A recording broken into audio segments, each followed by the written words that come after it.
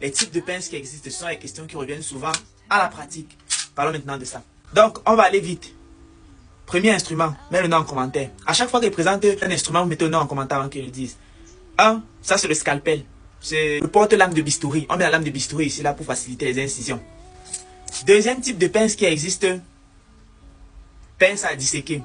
Ils peuvent avoir les griffes. Vous voyez ce qu'on appelle griffes. Vous voyez bien. Ou sans griffes. Il n'y a pas de griffes.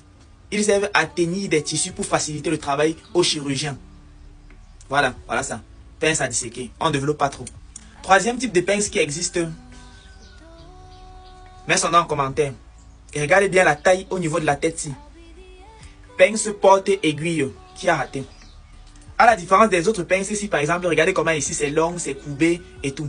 Donc ici là la taille est courte, comme son nom l'indique, c'est pour porter l'aiguille et pour faciliter les sutures. En 4, nous avons les ciseaux. Quel est son nom? Regardez bien. Un bout pointu, il est droit. Ciseau, maillot droit.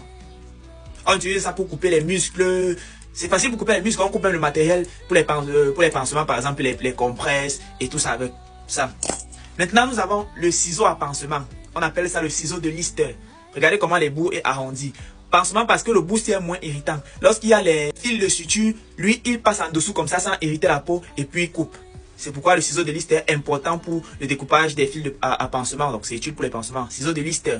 Maintenant, nous avons des pinces assez réputées. Les pinces de préemption et hémostatique. Hémostatique, ça veut simplement dire qu'il crée l'hémostase.